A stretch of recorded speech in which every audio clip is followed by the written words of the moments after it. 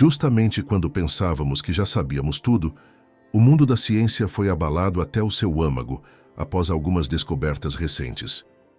Pesquisadores se depararam com algo tão incrível sobre o Santo Sudário de Turim que desafia completamente nossa compreensão da história e da fé.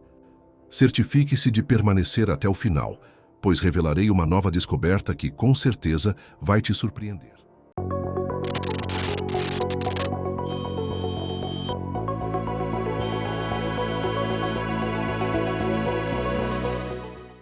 Vamos começar com o que já sabemos sobre o Santo Sudário de Turim.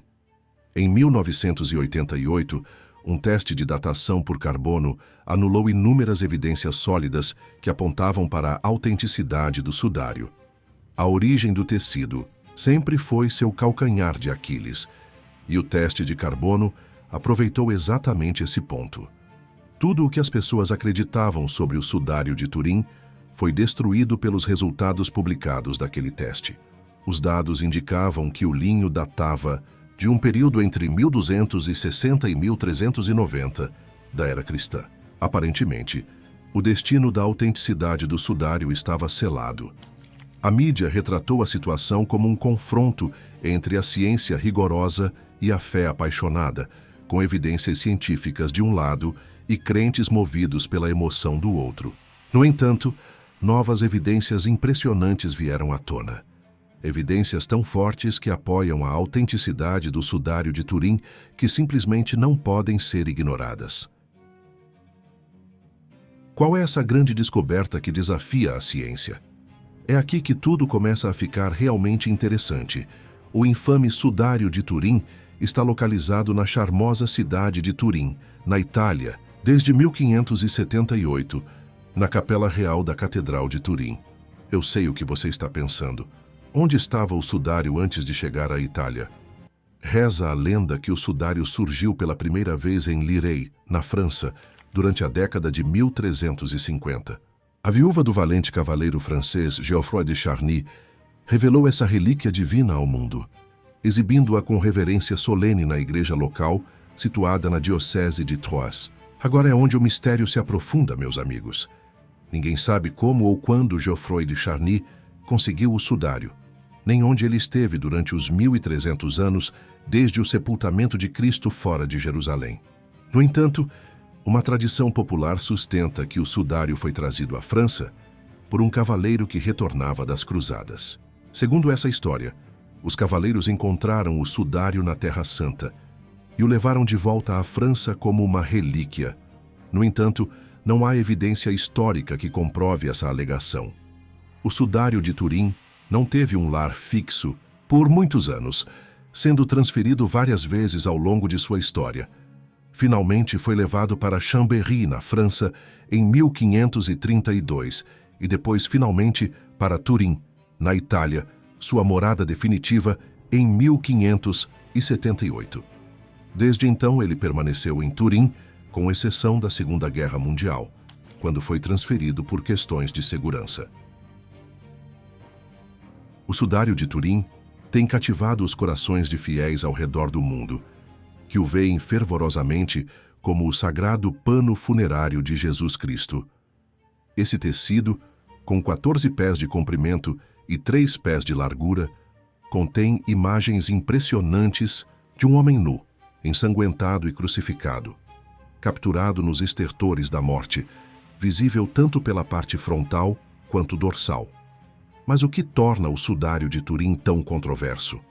Aqui, as revelações começam a ser verdadeiramente chocantes. As manchas de cor castanho-avermelhada no tecido coincidem de forma surpreendente com as feridas que, segundo o Novo Testamento da Bíblia, foram infligidas a Jesus durante a flagelação e a crucificação, incluindo a ferida de lança em seu lado direito.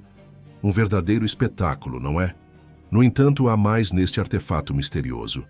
O homem do sudário não é apenas uma representação realista, mas anatomicamente perfeita até os menores detalhes. Essa é a opinião unânime de especialistas médicos que estudam o sudário há mais de um século.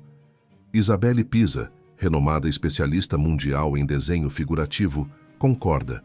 Ela afirma que o sudário é a imagem anatomicamente mais precisa de um ser humano já feita. As evidências recentes sobre o sudário de Turim são tão convincentes que é difícil acreditar que alguém de mente aberta ainda possa negá-las. Você sabia que as pesquisas sobre o sudário não pararam na datação por carbono de 1988? Pelo contrário, ele se tornou o artefato mais estudado da história. Cientistas se dedicaram intensamente para encontrar uma maneira de contestar o laudo da datação por carbono. Anos e anos de pesquisa resultaram em algo inacreditável.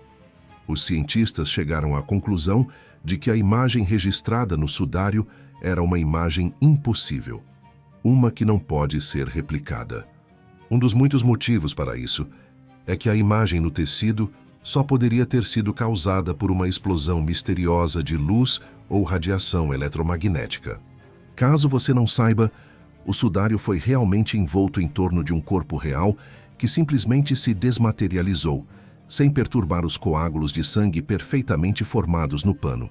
Isso só poderia ter ocorrido por meio de um evento como a ressurreição, conforme descrito nos Evangelhos. Como afirma o Evangelho, a ressurreição libertou o corpo de Jesus das limitações materiais. Mas e quanto à datação por carbono, que questionou a autenticidade do sudário? Descobriu-se que esse resultado estava comprometido. Como assim? Prepare-se para algo realmente surpreendente. Levou muito tempo para que os dados brutos dos testes de carbono fossem revelados. Surpreendentemente, esses testes, outrora decisivos, perderam a sua base sólida. E agora pesquisas históricas sugerem que o sudário pertence de fato à Idade Média. No entanto, isso é apenas a ponta do iceberg. Para desacreditar ainda mais a datação por carbono, testes modernos surgiram, apontando para uma revelação extraordinária.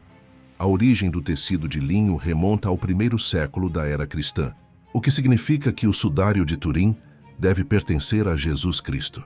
Contudo, algo ainda mais impactante acaba de ser anunciado. Cientistas e engenheiros nucleares querem realizar uma nova rodada de testes de carbono.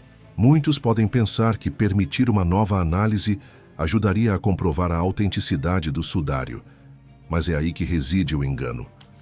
Você sabia que a datação por carbono, feita em 1988, exigia 7 amostras do sudário?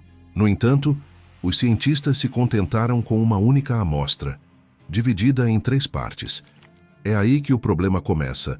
O sudário de Turim foi contaminado com carbono 14 desde o último teste. Você acredita que a Igreja Católica permitirá que os cientistas destruam ainda mais o sudário? Definitivamente não. Uma nova amostragem exigiria 7 novas retiradas, o que poderia deteriorar ainda mais o tecido, um risco que não vale a pena correr. Outros métodos não destrutivos, como a difração de raios-x de ângulo amplo e diversos outros testes de datação, já reafirmaram o fato de que o sudário remonta ao primeiro século. Assim surge a pergunta: por que insistir em uma nova datação por carbono quando métodos não destrutivos oferecem mais precisão e menor vulnerabilidade à contaminação? De fato, as evidências que sustentam a autenticidade do sudário são nada menos que extraordinárias. A imagem enigmática impressa no pano de 4 metros de comprimento tem confundido a ciência com suas características impossíveis de serem reproduzidas. Essa imagem em negativo fotográfico de alta resolução em 3 dimensões, atribuída a um feixe finamente ajustado de radiação eletromagnética oriunda do próprio corpo, constitui um testemunho de um evento profundo, talvez sobrenatural, a ressurreição de Jesus Cristo. Pesquisas extensas realizadas por químicos e físicos os deixaram perplexos, incapazes de explicar como o corpo apareceu misteriosamente, deixando apenas uma imagem quase imperceptível no tecido. Essa imagem evasiva parece ser resultado de um clarão de luz, um fenômeno que os cientistas descobriram ser capaz de reproduzir a descoloração única nas fibras microscópicas do linho. Além disso, existem 99 outras evidências que podem comprovar a autenticidade do sudário de Turim. Esperamos que você tenha ouvido isso direito. Mas aqui é onde tudo fica ainda mais interessante. O sudário contém depósitos microscópicos de um tipo de solo e de pólen de flores extremamente raros, encontrados em Jerusalém, e somente em Jerusalém. Até mesmo a análise química do sangue no tecido revelou algo chocante. O sangue apresentava altos níveis de bilirrubina, uma substância produzida no corpo após a experiência de tortura. Todas as evidências apontam para uma única conclusão: a ressurreição de Jesus, Cristo foi real. O sudário envolveu um corpo humano de verdade. Uma pessoa viva que respirava, que sofreu ferimentos reais e manchou o pano com sangue autêntico. O sudário é um testemunho do poder da fé e oferece um vislumbre da possibilidade de milagres. Obrigado por assistir. Enquanto estiver aqui, não se esqueça de curtir e se inscrever no canal. Clique em um dos vídeos recomendados na tela para mais informações incríveis. Nos vemos lá.